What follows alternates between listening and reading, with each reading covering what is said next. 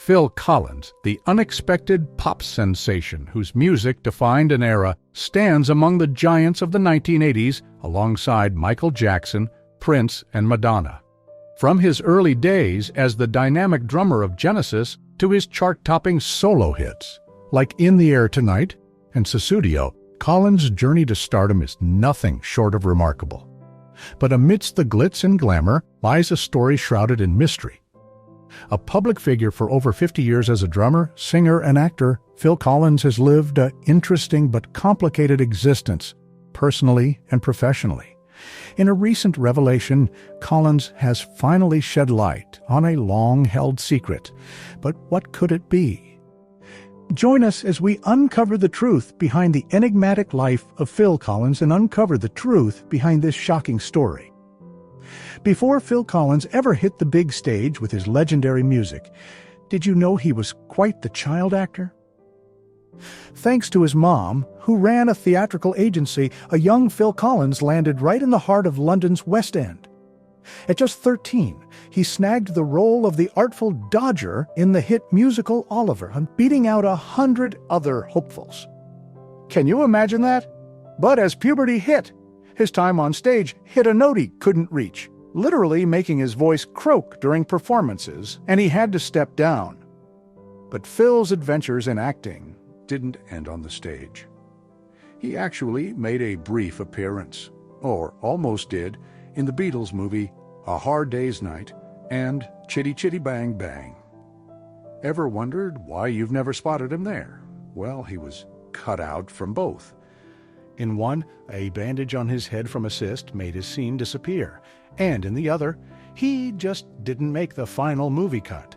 Yet Phil persisted and finally saw some screen time in Calamity the Cow, where he played a farm kid who raises a champion cow. From West End stages to fleeting film roles, Phil Collins' early career was anything but dull. Phil Collins' journey with Genesis is like a rock and roll fairy tale, but not the kind you might expect. Picture this. The year is 1970, and Genesis, already on their way to fame, needed a new drummer. They weren't just any band, and this wasn't going to be just any audition. Held at the quaint farmhouse belonging to Peter Gabriel's parents, the auditions were unique, to say the least. Drummers played their hearts out on the patio, and guess who showed up early? Phil Collins. Now, here's where it gets interesting. While other drummers nervously waited their turn, Phil was chilling in the pool. Yes, a swim before the audition. But it wasn't just any swim. As he floated, the sounds of the audition pieces filled the air. By the time Phil stepped up to play, he wasn't just refreshed from his swim. He knew exactly what to play. Talk about making a splash. Naturally, he nailed the audition. When Peter Gabriel, the iconic frontman known for his theatrical costumes and soulful voice, left the band in 1975, Genesis faced a crossroads. Could you imagine Genesis without vocals? That almost happened. They searched high and low for a new lead singer, auditioning big names, but none seemed to fit. And who would have guessed? The answer was right there all along. Phil Collins, their drummer, reluctantly stepped up to the mic. He might have been hesitant at first, but as they say, the rest is history. From behind the drums to the front of the stage, Phil Collins became the voice of Genesis, turning what could have been the band's end into a whole new beginning.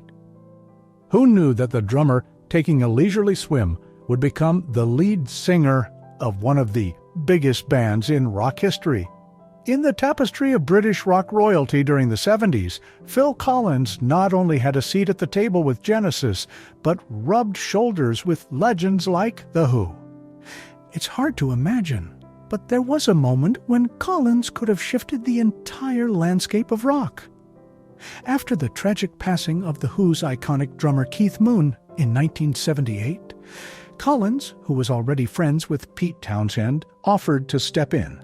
Imagine that, Phil Collins banging the drums for The Who. But as fate would have it, Townshend had already filled the spot. Still, just knowing Collins was ready to jump ship from Genesis for The Who adds a spicy twist to rock history, doesn't it? Now let's fast forward to the 1980s, a decade where Phil Collins seemed to have the Midas touch. Not only was he churning out hits with Genesis, but he was also conquering the charts solo. Between 1980 and 1994, Phil had a staggering 18 top 40 singles as a solo artist, with 6 reaching #1. And Genesis?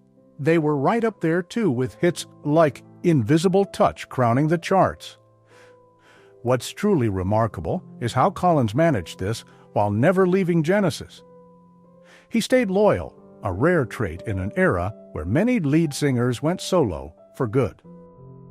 But Phil Collins's talents didn't stop at his own projects.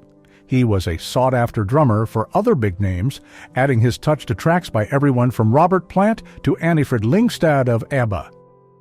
Whether it was laying down drum tracks or producing hits, Collins had a hand in more pies than you'd think.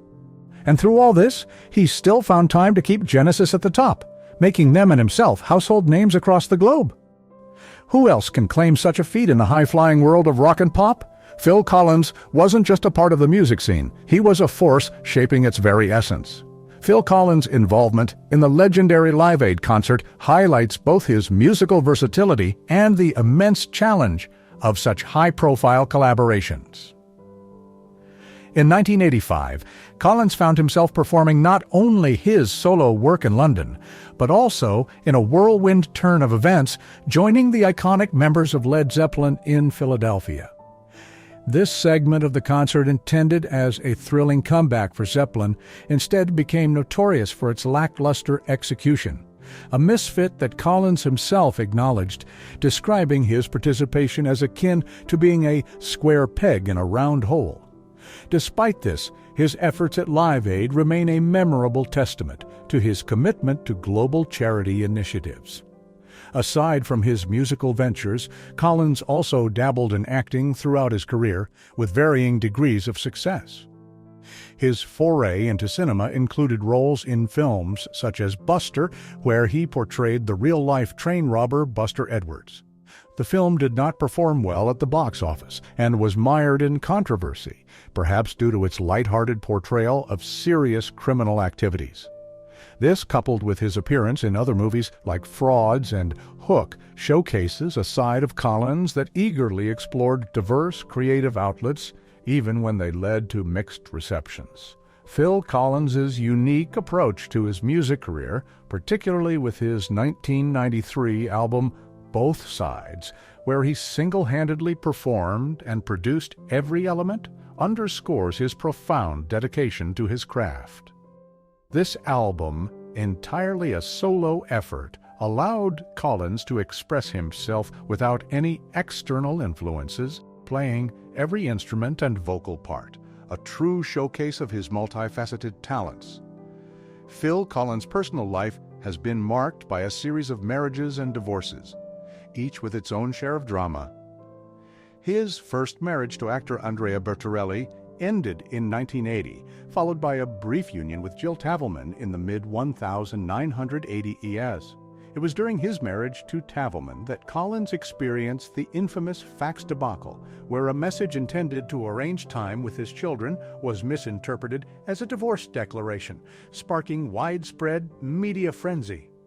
The ups and downs continued with Collins' third marriage to Oriane Seavey, which endured its own share of turbulence before ultimately ending in 2020 with a startling text message from Seavey announcing her new marriage to another man. Despite his success in music, Collins's personal life has been fraught with challenges and heartache, reflected in the turmoil of his romantic relationships. Collins's impact extends beyond his personal struggles, as evidenced by his philanthropic efforts and social awareness. His iconic song, Another Day in Paradise, inspired by a poignant encounter with homelessness in Washington, D.C., sheds light on societal injustices and human suffering. Collins' commitment to aiding unhoused individuals, both through his music and charitable endeavors, underscores his compassion and advocacy for marginalized communities. However, Collins's journey has not been without its health battles, which have taken a toll on his ability to perform and enjoy life to the fullest.